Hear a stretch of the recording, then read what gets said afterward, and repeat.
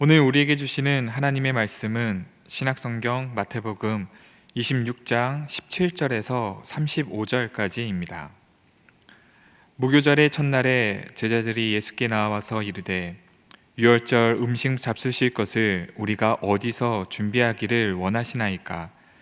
이르시되 성한 아무에게 가서 이르되 선생님, 말씀이 내 때가 가까이 왔으니 내 제자들과 함께 유월절을 내 집에서 지키겠다 하시더라 하라 하시니 제자들이 예수께서 시키신 대로 하여 유월절을 준비하였더라.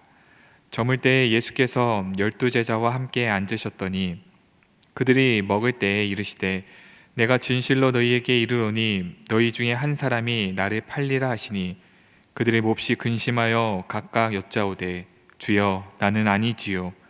대답하여 이르시되 나와 함께 그릇에 손을 넣는 그가 나를 팔리라. 인자는 자기에 대하여 기록된 대로 가거니와 인자를 파는 그 사람에게는 화가 있으리로다. 그 사람은 차라리 태어나지 아니하였더라면 제게 좋을 뻔하였느니라. 예수를 파는 유다가 대답하여 이르되 랍비여 나는 아니지요. 대답하시되 내가 말하였도다 하시니라. 그들이 먹을 때에 예수께서 떡을 가지사 축복하시고 떼어 제자들에게 주시며 이르시되 받아서 먹으라 이것은 내 몸이니라 하시고 또 잔을 가지사 감사기도 하시고 그들에게 주시며 이르시되 너희가 다 이것을 마시라 이것은 죄사함을 얻게 하려고 많은 사람을 위하여 흘리는 바 나의 피 곧 언약의 피니라. 그러나 너희에게 이르노니 내가 포도나무에서 난 것을 이제부터 내 아버지의 나라에서 새 것으로 너희와 함께 마시는 날까지 마시지 아니하리라 하시니라. 이에 그들이 찬미하고 감난산으로 나아가니라. 그때 예수께서 제자들에게 이르시되 오늘 밤에 너희가 다 나를 버리리라. 기록된 바 내가 목자를 치리니 양의 떼가 흩어지리라 하였느니라. 그러나 내가 살아난 후에 너희보다 먼저 갈릴리로 가리라. 베드로가 대답하여 이르되 모두 주를 버릴지라도 나는 결코 버리지 않겠나이다. 예수께서 이르시되 내가 진실로 내게 이르노니 오늘 밤 닭 울기 전에 내가 3번 나를 부인하리라. 베드로가 이르되 내가 주와 함께 죽을지언정 주를 부인하지 않겠나이다 하고 모든 제자도 그와 같이 말하니라. 아멘. 제일 중요하고 심각한 이야기를 할 때는 언제 하면 좋을까요? 대부분 상대방의 기분이 좋거나 분위기가 괜찮을 때 하면 좋습니다. 그래서 비즈니스를 하시는 분들은 상대 거래처와의 접대를 굉장히 중요시하죠. 분위기가 가장 무르익었을 때 계약서를 내밀고 사인을 받으려고 합니다. 인상 깊게 봤던 미생이라는 드라마에서도 비슷한 장면이 나옵니다. 치밀한 계산과 장소와 시간, 또 상대방의 선호들을 모든 것들을 조사하고 계획하여 심지어 연습까지 하여서 접대하고 큰 계약을 따내려고 하는 그런 노력들이 드라마에서 많이 나오죠. 그리고 가장 결정적인 순간에 가장 기분이 좋을 때 그때 계약서를 내밀면서 사인을 받습니다. 프로포즈도 마찬가지입니다. 근사한 곳에서 밥을 먹고 또 차도 마시면서 늦은 밤 분위기가 가장 무르익었을 때 이야기하면 굉장히 무드 있고 또 서로가 행복한 것을 순간들을 느낄 수 있게 되죠. 반면 헤어지자라는 이 말을 할 때는 또 어떨까요? 밥 먹을 때 해야 될까요? 아니죠. 차분한 카페에서 혹은 이야기를 나눌 수 있는 그런 장소에서 말하곤 합니다. 중요한 계약을 따거나 프로포즈를 하거나 혹은 이별 통보를 할 때도 대부분 식사 후에 분위기를 봐서 이야기를 나누죠. 밥을 한참 먹고 있는 중에는 자칫 이야기를 나누다 보면 분위기를 망칠 수 있기 때문이죠. 먹다가 체할 수도 있죠. 더군다나 이별이나 혹은 계약 해지나 슬프고 고통스러운 이야기를 나눌 때는 더욱더 밥 먹는 중이 아닌 밥 먹고 난 이후에 말하는 것이 참 좋습니다. 밥 먹을 때 이야기하게 되면 밥맛이 뚝뚝 떨어질 수 있기 때문이죠. 오늘 본문에서 입맛이 뚝뚝 떨어지는 이야기가 등장합니다. 예수님께서 제자들과 함께 유월절 식사를 하기 위해서 모였습니다. 한참 식사를 하던 중에 예수님께서 느닷없이 이렇게 말씀하십니다. 21절입니다. 그들이 먹을 때에 이르시되 내가 진실로 너희에게 이르노니 너희 중에 한 사람이 나를 팔리라 하시니. 갑자기 분위기가 쎄해지는 것이 느껴지십니까? 중요한 유월절 식사를 하는 중에 갑자기 급체할 만한 이야기를 느닷없이 예수님이 꺼내시는 거죠. 밥 먹다 말고 말이죠. 뜬금없이 갑자기 제자들 중에 예수님을 팔 사람이 있다라는 말을 하시자 분위기가 냉랭해졌습니다. 제자들은 밥을 먹다 말고 입맛이 뚝뚝 떨어졌죠. 22절입니다. 그들이 몹시 근심하여 각각 여짜오되 주여 나는 아니지요. 예수님은 거기서 한 걸음 더 나아가서 분위기를 완전히 망치는 한마디를 더 건넵니다. 자신을 팔 사람은 화가 있겠고 차라리 태어나지 않았으면 더 좋았을 뻔했다라고 말이죠. 24절입니다. 인자는 자기에 대하여 기록된 대로 가거니와 인자를 파는 그 사람에게는 화가 있으리로다. 그 사람은 차라리 태어나지 아니하였더라면 제게 좋을 뻔하였느니라. 자, 이렇게 밥 먹다 말고 분위기가 완전히 냉랭해지는 이야기를 하신 예수님께서는 이제는 소화가 다 되기도 전에 또 엄청난 이야기를 말씀하십니다. 31절입니다. 그때 예수께서 제자들에게 이르시되 오늘 밤에 너희가 다 나를 버리리라. 기록된 바 내가 목자리 치리니 양의 떼가 흩어지리라 하였느니라. 그러자 베드로가 나서죠. 자신은 절대로 결코 버리지 않겠노라 라고 호언장담을 합니다. 하지만 예수님께서는 오늘 밤 닭 울기 전에 3번 부인할 것을 말씀하시죠. 그러자 더 강력하게 베드로와 모든 제자들은 부인하죠. 35절입니다. 베드로가 이르되 내가 주와 함께 죽을지언정 주를 부인하지 않겠나이다 하고 모든 제자도 그와 같이 말하니라.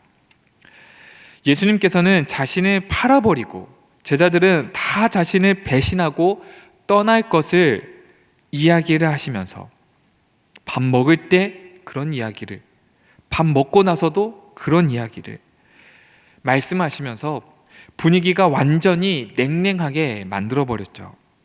입맛이 뚝뚝 떨어지고 그나마 먹은 것들마저도 체할 수 있는 그런 이야기들이었습니다. 저는 오늘 본문의 말씀을 묵상하면서 가슴 한구석이 굉장히 먹먹해지는 기분이 들었습니다. 고구마 10개를 먹은 듯한, 물을 없이 그 고구마 10개를 먹은 듯한 그런 답답함과 입맛이 뚝뚝 떨어지는 기분이 들었습니다. 아무리 중요한 이야기를 할지라도 분위기를 봐가면서 좀 분위기가 좋았을 때, 물을 익었을 때 이야기하면 어땠을까라는 생각을 들곤 했습니다. 예수님은 왜 이렇게 아프고 고통스러운 이야기들을 유월절 만찬을 즐기는 이 순간, 이 시점에서 꺼내야만 했을까요?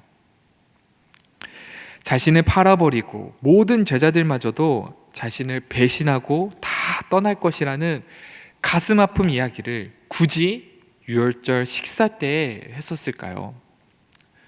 그것은 바로 그럼에도 불구하고 나는 너를 사랑하고 너의 모든 죄를 용서하기 위해서 언약의 피를 예비하셨다라는 이 말을 하고 싶어서기 때문입니다.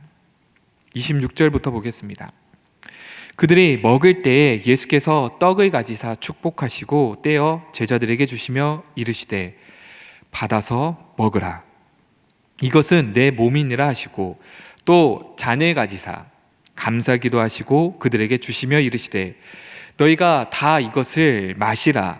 이것은 죄 사함을 얻게 하려고 많은 사람을 위하여 흘리는 바 나의 피 곧 언약의 피니라. 유월절 어린 양의 피로 구원받았던 그때 그 역사가 오늘 바로 예수 그리스도의 피로써 확정되어지고 모든 죄사함을 얻게 하기 위한 언약의 피를 예수 그리스도께서 흘리심으로 우리를 용서하여 주시고 끝까지 사랑하여 주시겠다, 이렇게 선포하고 있는 것이죠. 너희들이 아무리 나를 팔아버릴지라도 배신하고 다 떠난다 하더라도 나는 너희들의 모든 죄를 사하여 주고 기꺼이 이 몸과 이 피를 다 바쳐서 너희들을 위해서, 이 몸을 위해 피를 흘리시겠다, 위대한 사랑의 언약을 선포하고 있는 것입니다. 사랑하는 성도 여러분, 오늘 이 놀라운 사랑의 선포가 저와 여러분들에게도 지금 이 순간에도 들려지고 있습니다. 우리가 매 순간순간마다 주님을 저버리고 모른 채하고 배신하고 팔아버리면서 죄에 물들일 때마다 우리 주님께서는 다시 한번 몸과 피를 흘리며 죄의 용서함과 회복을 허락하여 주시죠. 이 십자가의 놀라운 은혜, 이 십자가의 놀라운 그 사랑이 오늘도 우리의 삶 가운데 경험되어지길 소망합니다. 우리 주님께서는 우리를 절대 포기하지 않으십니다. 이 시간 말씀을 생각하시면서 통성으로 기도하시겠습니다. 주님, 오늘도 우리는 예수님을 저버릴 때가 참 많이 있습니다. 주님을 사랑한다 말하지만 내 삶은 여전히 주님과 멀어진 삶을 살고 있습니다. 심지어 주님을 모른 채하고 배신하고 멀리 떠나는 그 순간들이 너무나 많이 있음을 고백드립니다.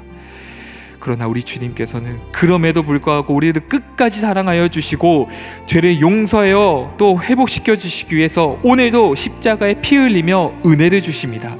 주님, 이 놀랍고 갚을 수 없는 그 은혜의 경험이 오늘 우리의 삶 가운데 경험하게 하여 주시옵소서. 우리 십자가의 은혜로 살게 하여 주시옵소서. 이 시간 통성으로 함께 기도하겠습니다.